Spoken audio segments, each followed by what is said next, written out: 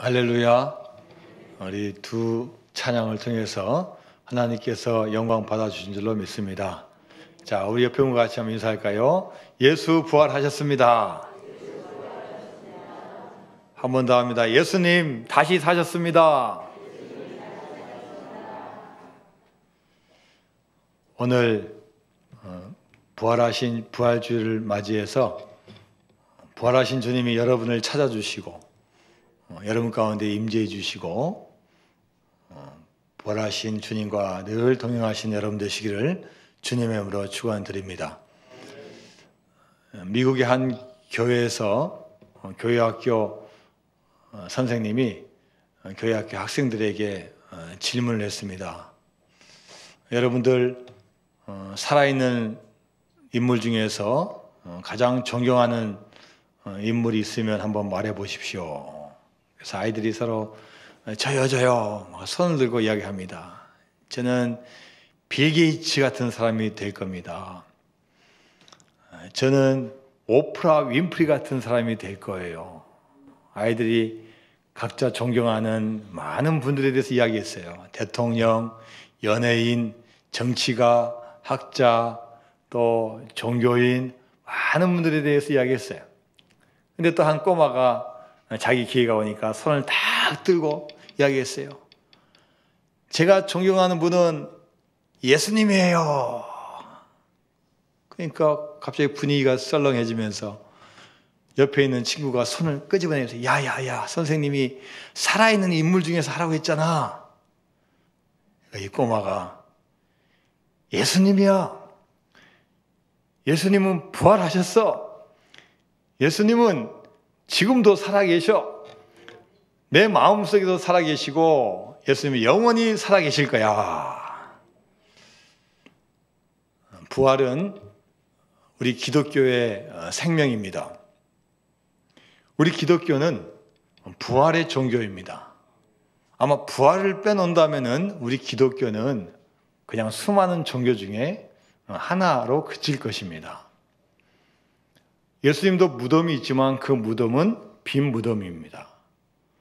누가 시체를 훔쳐간 것도 아니고 너무나 오래되어서 다 부패해서 썩어 없어진 것도 아닙니다.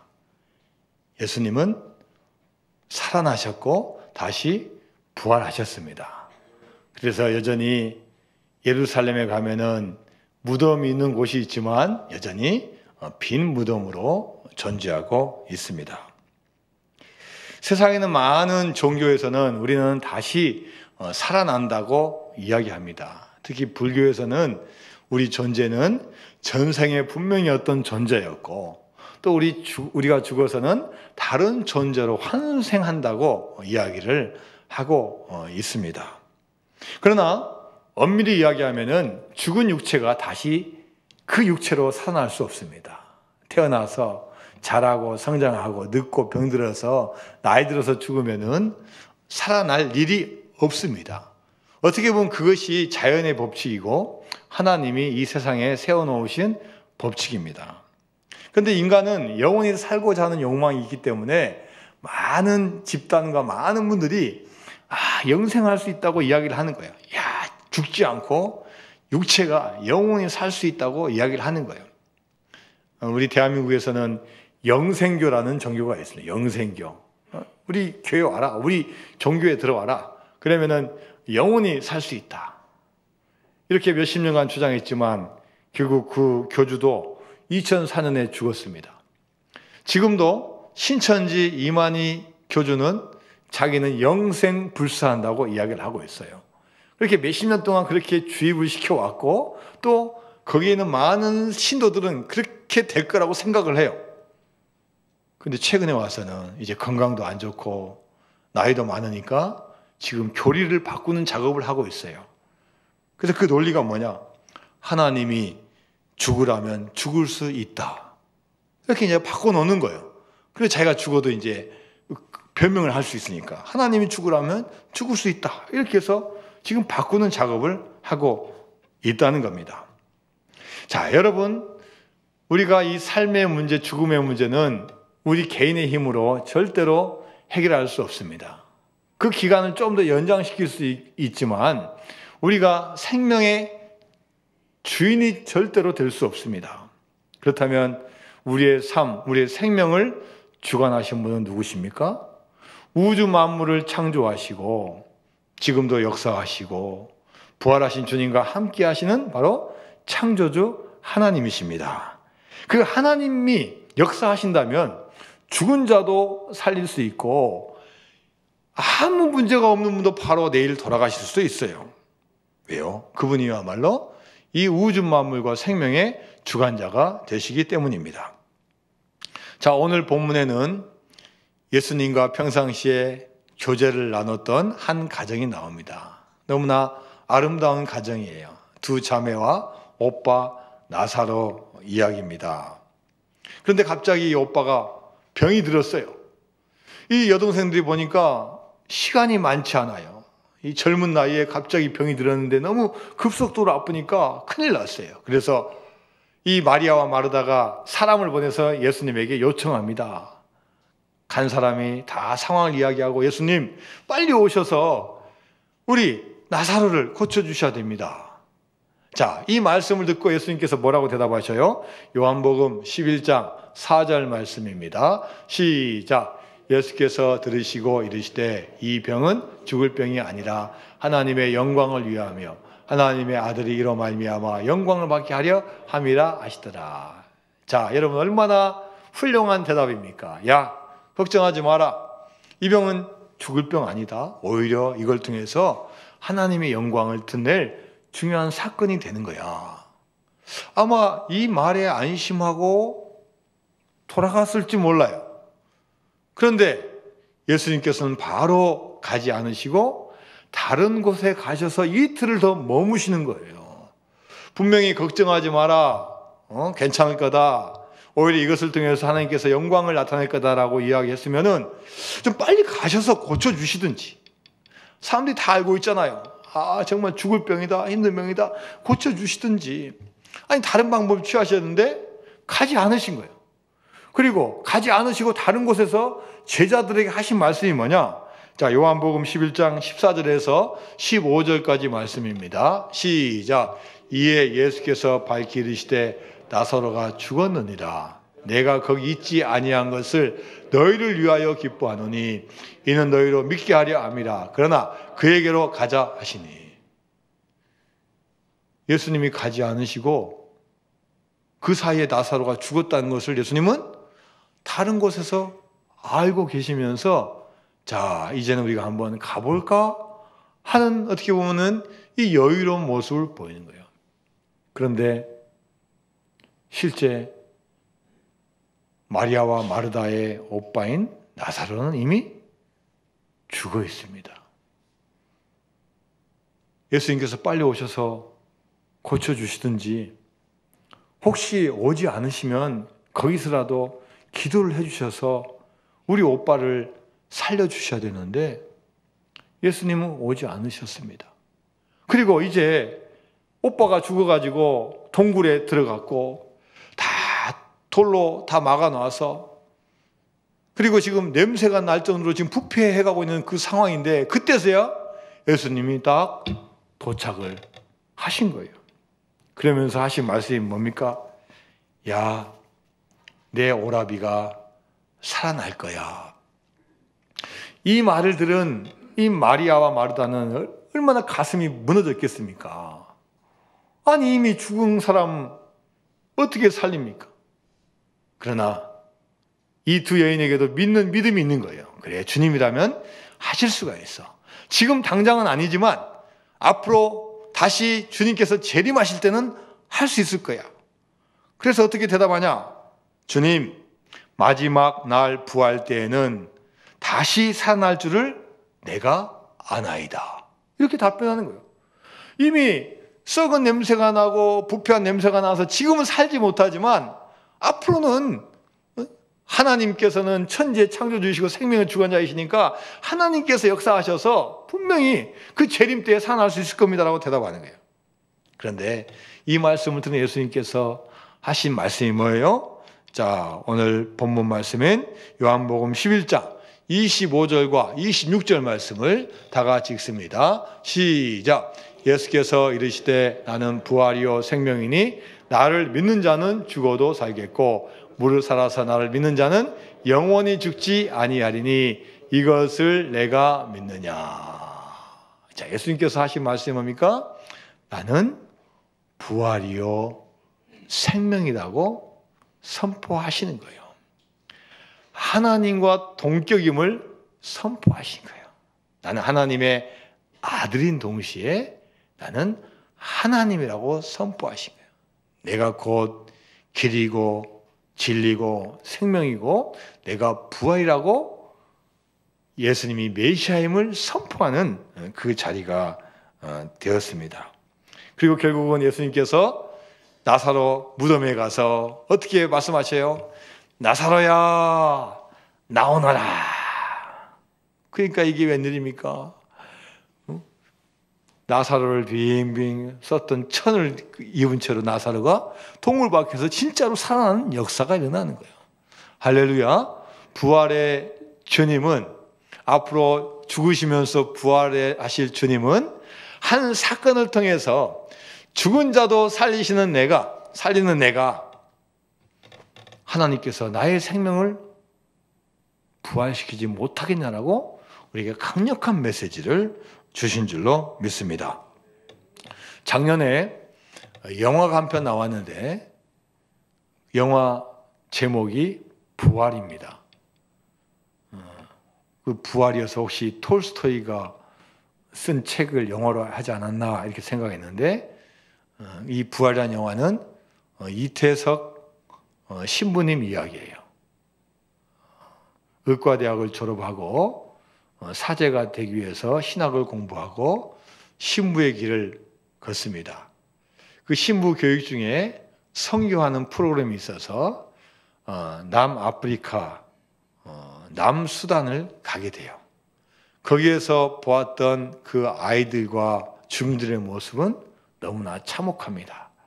동족 간의 전쟁으로 인해서 서로 증오심만 있고, 가난해서 먹지도 못하고, 아프면은 아예 병원을 갈 수도 없고, 특별히 한센병 환자들은 어떻게 치료할 수 있는 방법이 없고 그냥 버려져 있습니다. 그가 결심을 하고 그곳에 가서 그들을 열심히 돌봐줍니다. 그로 인해서 고적대가 생겨서 막 젊은이들이 악기를 하게 되고, 또 이 신부님의 그 감명 받아가지고 나도 의사가 될 거야 해서 막 의대를 들어가고, 또 그 마을이 서로 돕고 협력해서 멋진 마을로 바뀌게 되는 거예요. 근데 이 신부님이 오래 살지 못하고 2010년도에 대장암에 걸려서 너무 생각지도 않은 죽음을 당하는 거예요. 그 뒤로 10년이 지나서 2020년 영화가 하나 만들어졌는데, 부활이라는 이름으로 신부님이 죽은 다음에 10년이 어떻게 됐는지를 다큐멘터리 형식으로 나온 거예요. 옛날 신부님 만났던 아이들 만나서 인터뷰하고, 그 다음에 어떻게 삽니까? 예, 저는 직장인이 되었습니다. 저는 사업가가 되었습니다. 저는 외교관이 되었습니다. 그런 장면을 쭉 찍어줬는데, 그 마을에서 행사를 하는데 하얀 가운을 입은 청년들이 무려 20명이 딱 그 자리에 앉아 있는 거예요. 그 마을 출신들이 이 신부님의 영향을 받아가지고 나도 의사가 되어서 힘들고 어렵고 가난한 사람들을 도와주고 환자를 도와줄 거야 해서 무려 20명이나 지금 의과대학을 다니고 있고, 뭐 인턴, 레지던트 과정하고 있고 전문의가 된 그 의사들이 있는 거예요. 그 나온 영화가 바로 이 부활이라는 영화입니다. 그런데 그 PD가, 영화를 만든 그 PD가 얼마 전에 인터뷰를 한 적이 있어요. 저는 원래는 그 영화 제목을 다른 제목으로 붙이려고 했습니다. 그러나 인터뷰하는 과정 중에 제 마음 가운데 감동이 왔습니다. 부활로 해야 되겠다고. 그 신부님은 먼저 이 세상을 떠났지만 그 신부님에게 영향을 받은 많은 아이들과 젊은이들이 꼭 그 신부님의 모습으로 다시 살아난 것 같아서 제가 제목을 부활로 이렇게 지어봤습니다. 라는 인터뷰를 한 적이 있습니다. 여러분, 우리가 믿는 분은 부활하신 분이고 생명의 주관자가 되시는 분이십니다. 수많은 종교의 창시자로서 좋은 말하고 좋은 도덕과 윤리를 가르쳐주고 가신 분이 아니라 그분은 하나님의 아들이시자 생명 자체이시고 실제로 부활하신 그분입니다. 자, 우리는 어떤 성인을 믿는 게 아니라 부활하신 그분을 믿기 때문에 우리도 그분처럼 반드시 부활할 것을 우리들 믿을 수가 있고, 생명의 주관자이신 그분을 믿게 된다면 우리도 앞으로 영원한 생명을 소유하는 여러분이 될 줄로 믿습니다. 부활은 기독교의 생명입니다. 부활이 없다면요, 말 그대로 수많은 종교 중에 하나일 뿐입니다. 초대교회 때 예수님을 믿은 사람들은 극소수였습니다. 지금 우리 대한민국 교인들은 숫자가 엄청나요. 10%가 넘습니다. 당시에는 어떻게 됩니까? 0점 몇 프로예요. 0점 몇 프로. 그런데 이 교인들이 사람들에게 들리는 별명을 가지고 있어요. 예수님을 믿는다, 교인이다 하면은 그리스도인이라는 칭호가 있고, 또 많이 불리는 칭호가 뭐냐? 파라볼라노이. 헬라어로 파라볼라노이라는 그 별명을 가지고 있어요. 우리말로 해석해 보니까 뜻이 뭐냐? 위험을 무릅쓰는 자들이에요. 지금 우리도 코로나19로 인해서 상당히 어려움을 겪고 있고 두려워하고 있습니다. 의학이 발달하고 정보통신이 발달해서 어디가 코로나 발생했다 촥 연락돼서요, 딱 진단하고 검사받고 2주간 격리하고 탁탁 하기 때문에 이 정도로 잘 유지할 수 있는 거예요. 그 당시에는 이미 죽었다 하면은 그때 조사해 보면 이미 전염병이 이미 다 들어와 있는 거예요. 그래서요, 이 초대교회 당시에도 전염병으로 수많은 사람들이 쓰러져 가는 거예요. 의료진요, 너무나 부족합니다. 그런데 용감한 분들이 있었어요. 초대교회 교인들이에요. 위험을 무릅쓰고 죽어 있는 그 시체를 다 옮겨가는 거예요. 그 자리에 있으면 너무나 더 심각하니까 그 시체를 지정된 장소에다 옮기는 일을 공무원이 하는 것도 아니고 이 초대교회 교인들이 한 거예요. 그래서 이 초대교인의 별명이 뭐냐? 위험을 무릅쓰는 자들이라는 별명이 붙은 거예요. 그리고 이 신앙이 얼마나 대단한지요, 교회를 탄압하고 박해하니까 막 외국으로 가고, 외국으로 못 가는 사람도 어디 가서 예배드려요? 지하 땅굴을 파가지고 그 밑으로 들어가는 거예요. 그래서 이탈리아 가면은 지하에 예배처소가 뭐가 있습니까? 카타콤이라는 데는 꼭 가봐요. 카타콤. 그냥 조그만 동굴이 아니에요. 저도 못 가봤지만 가보신 분 있죠? 네? 가보셨어요? 몇만 명 이상이 살 수 있는 그 어마어마한 동굴이에요. 미로가 있어가지고요. 왜 거기까지 갑니까? 목숨을 걸고 예배를 드린 거예요. 먹고 사는 것보다 더 중요한 게 예배 드리는 거예요. 예배 드리면서 살기 위해서 동굴 파서 거기에 들어가는 거예요. 어려운 초대교회를 버티게 해준 힘이 뭡니까? 그렇게 믿기 어려운 시기에, 오히려 믿으면은 박해를 당하고 죽는 그 시기에 초대교회가 왕성한 그 이유가 뭡니까? 불과 200년이 지나서 로마 제국을 기독교 국가로 바꾸게 된 그 근본적 원인이 뭡니까? 다른 거 없습니다. 부활 사건이에요. 부활 사건이에요. 우리 인간적인 것을 뛰어넘는 그것을 예수님께서 하셨기 때문에 그 장면을 목격한 사람들이 자기의 힘이 아닌 하나님의 능력을 받아서 이 초대교회를 이끌어 나가는 거예요. 사도 바울은 잘 나가는 사람이었습니다.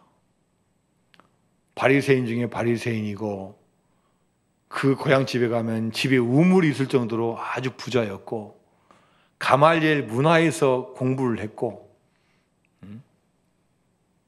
사내들인 회원이고, 요즘은 국회의원이고, 남부러울 게 없어요. 그 정도만 가지고 살면 열심히 안 살아도 평생 보장되는 거예요.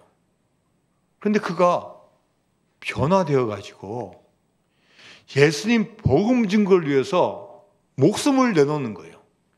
지중해 연안을 다니면서 1차, 2차, 3차 여행을 통해서 강의 위험도 두려워하지 아니하고 감옥에 가서도 두려워하지 않고, 감옥에 가면 그 순간 좀 쉬었다가 나와야 되는데 감옥에 가서도 찬양하고 기도하고. 그 이유가 뭐냐는 거예요. 딱 하나입니다. 누구를 만났어요? 부활하신 주님을 만난 거예요. 부활하신 주님을 만나지 않으면요, 그렇게 할 수가 없는 거예요. 부활하신 주님을 만났기 때문에 그의 인생이 완전히 뒤집어진 거예요. 예수님을 3년 동안 따라다녔던 예수님의 12 제자들, 3년쯤 되니까 예수님에 대해서 거의 90% 알게 됐어요. 그런데 이 유다는 자기가 원하는 메시아상이 아니에요. 그래서 예수님을 돈 주고 팔아넘겨요. 나머지 제자들 끝까지 예수님을 지키는 것 같지만 막상 잡히시고 십자가에 못 박히니까 그 공포 때문에 더 이상 그 자리에 있을 수 없어요. 그래서 예수님께서 골고다 십자가에 못 박히실 때, 운명하셨을 때는 제자들이 한 명도 있지 않아요. 베드로는 그 전에 이미 배신해서 나는 모릅니다 하고, 나머지 제자들도 이미 다 도망가 버렸어요. 그런데 우리는 그 제자들을 비겁하다고 할 수 없어요. 저와 여러분이 그 자리에 있다 하더라도 아마 그랬을 것 같아요. 내가 그렇게 따르던 분이 힘없이 잡히셔서 죽으셨는데 무슨 힘으로 버틸 수 있겠습니까? 아마 저와 여러분도 아마 도망가든지 침묵하느라고 바빴을 거예요.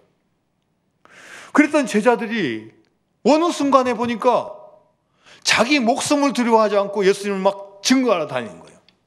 인도까지 가고 스페인까지 가고 아시아 오고 아프리카 가고 유럽까지 가가지고 막 복음을 증거해요. 예전에 도망가던 그 제자가 아니에요. 자기 목숨을 두려워하지 않고 복음을 증거하는 거예요. 그 이유가 뭐예요? 부활하신 주님을 만났기 때문입니다. 할렐루야. 부활하신 주님을 만났기 때문에 그분들의 인생이 달라지게 된 겁니다. 여러분, 진정으로 예수님의 부활을 보고 체험한 사람들은 신앙관이 달라지게 되는 거예요.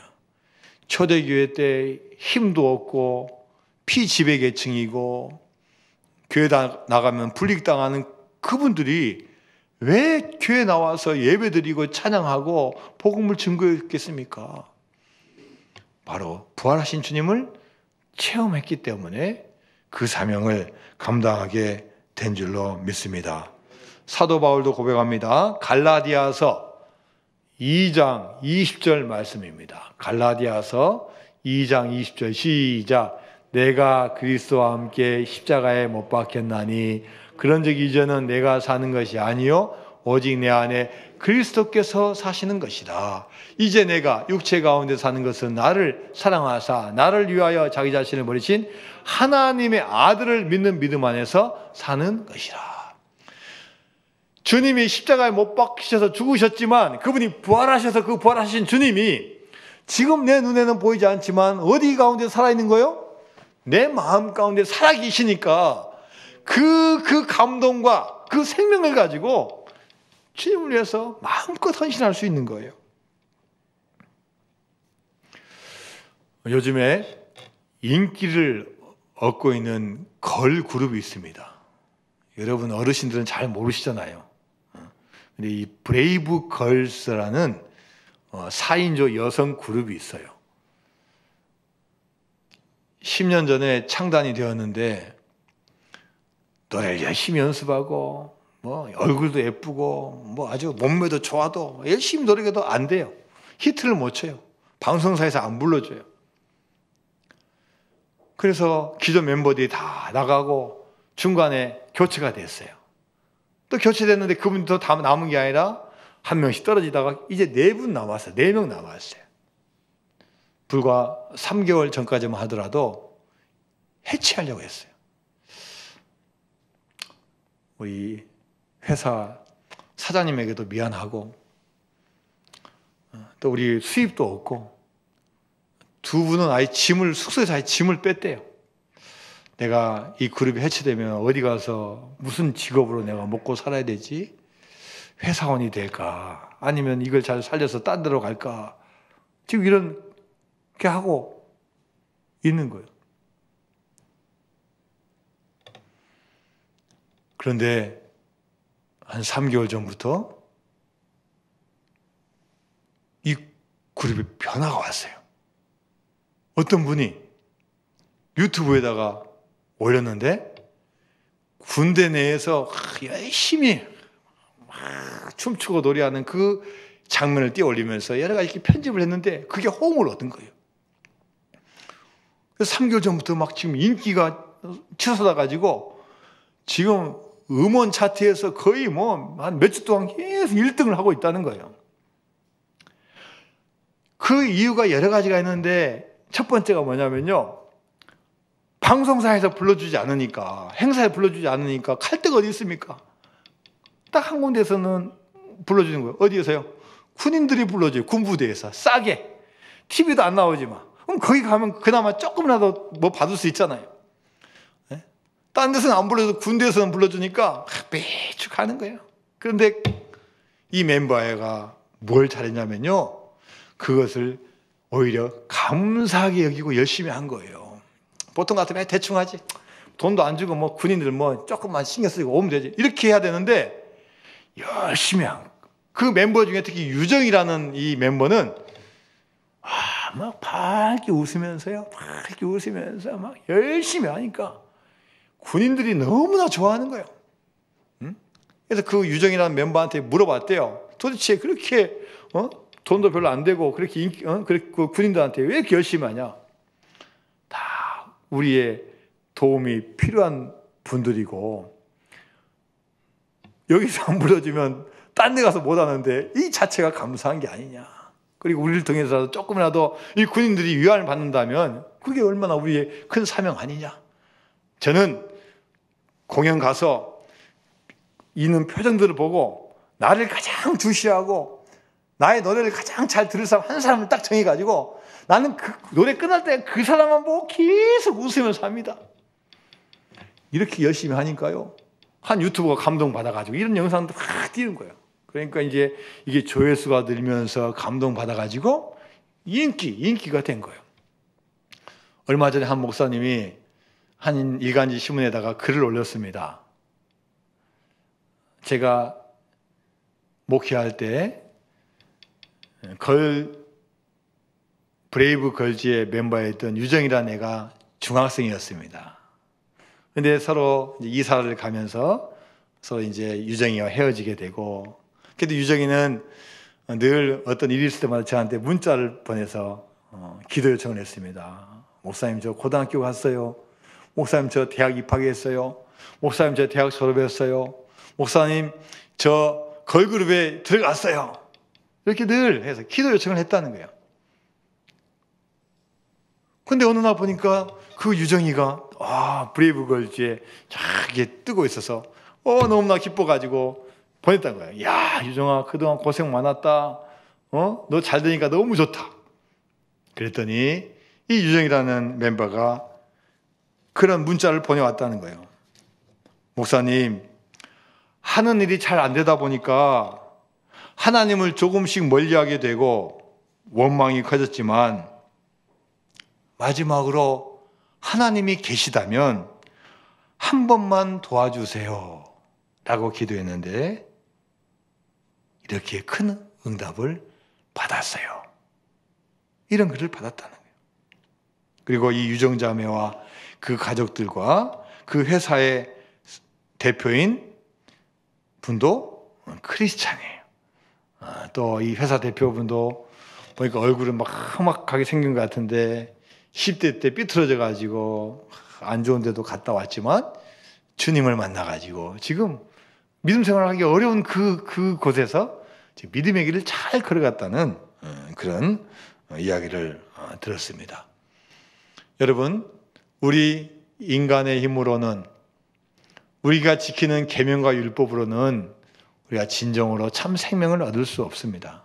하지만 우리의 부활이시고 생명이신 그분을 우리가 체험하고 만나면 우리 삶이 달라지고 우리 삶이 주님 앞에 영광 들리는 놀라운 역사가 임하게 될 줄로 믿습니다. 오늘은 부활 주일입니다. 예수님의 부활 사건은 우리만 믿는 사건이 아니라 이것은 역사적인 사건이에요. 물론 성경에서 기록했지만 성경 아닌 곳에서도 인정하는 역사적인 사건이에요. 자, 특별히 부활하신 주님을 만난 그 사람들과 목격자들이 너무나 많아요. 고린도전서 15장 4절에서 8절까지 말씀 한번 같이 볼까요? 시작. 장사 지낸 바 되셨다가 성경대로 사흘 만에 다시 살아나사 게바에게 보이시고 후에 12 제자에게와 그 후에 500여 형제에게 일시에 보이셨나니 대다수는 살아있고 어떤 사람은 잠들었으며 그 후에 야고보에게 보이셨으며 그 후에 모든 사도에게 맨 나중에 보이셨느니라. 아멘. 예수님의 부활하신 것은요 생생한 역사적인 사실이에요.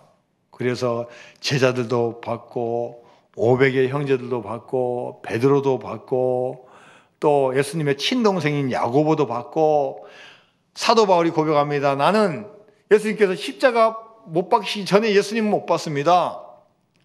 그러나 저같이 부족한 만삭되지 못해서 태어난 저에게도 주님께서는 부활의 주님으로 저를 만나 주셨습니다라고 고백을 하고 있습니다.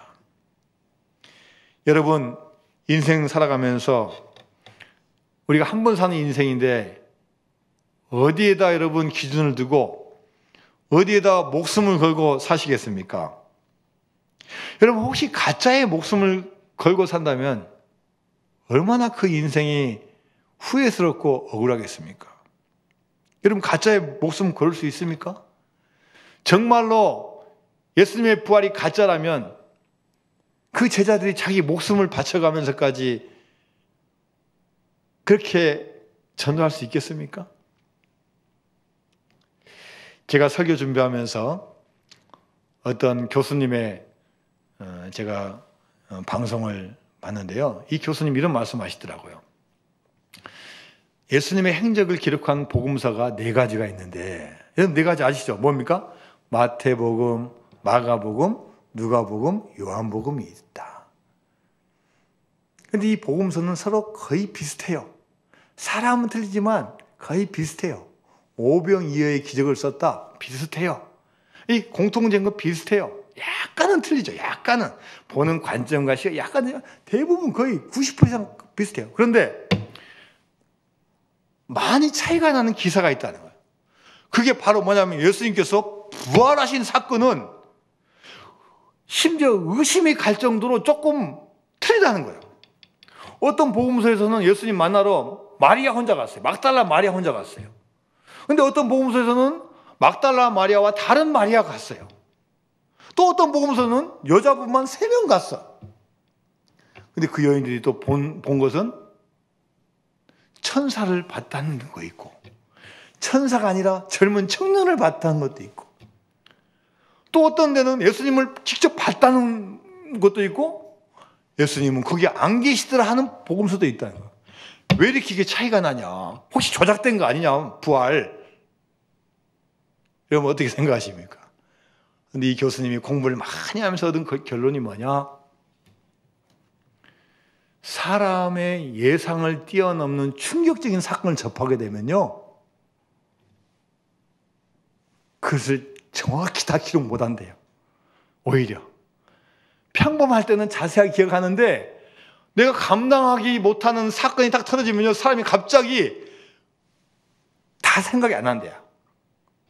그런 사건이 부활 사건이니까 마태, 마가, 누가가 오히려 다르게 적었다는 거예요. 공감이 되더라고요.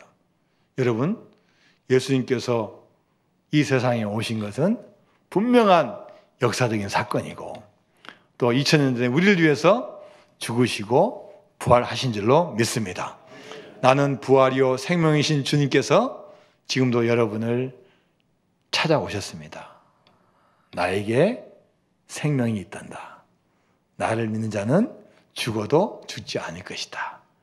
우리가 이 세상 열심히 살아가면서 부활하신 주님과 함께하고 부활하신 주님 만나시는 여러분 되시기를 주님의 이름으로 축원드립니다.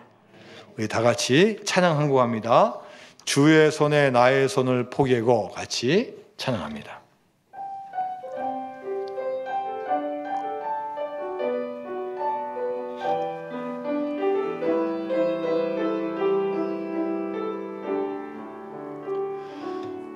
주보혈 날 정결케 하고 주보혈 날 자유케 하니 주 앞에 나 예배하는 이 시간 나의 모든 것을 주께 드리네.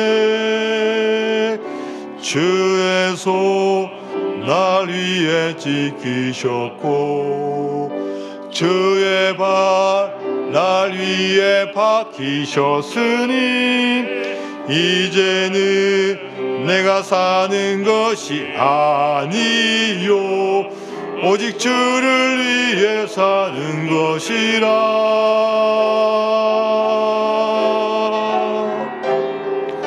주의 손에 나의 손을 포개고 또 주의 발에 나의 발을 포개요. 나 주와 함께 죽고 또 주와 함께 살리라. 영원토록 주 위에 살리라. 내 손에 나의 손을 포개고 또 주의 발에 나의 발을 포개요. 나 주와 함께 죽고 또 주와 함께 살리라. 영원토록 주 위에 살리라. 주 위에 살리라. 하나님 감사드립니다. 저희들 사랑하여 주셔서 이 세상에 오셔서 십자가에 못 박히셨습니다. 주의 손 날 위에 찍히셨고 주의 발 날 위에 박히셨습니다. 십자가 그 사랑 기억하면서 내가 살지만 내가 사는 것이 아닌 오직 주를 위한 삶을 살아갈 수 있도록 저희들 삶을 인도하여 주옵소서. 예수님의 이름으로 기도드리옵나이다. 아멘.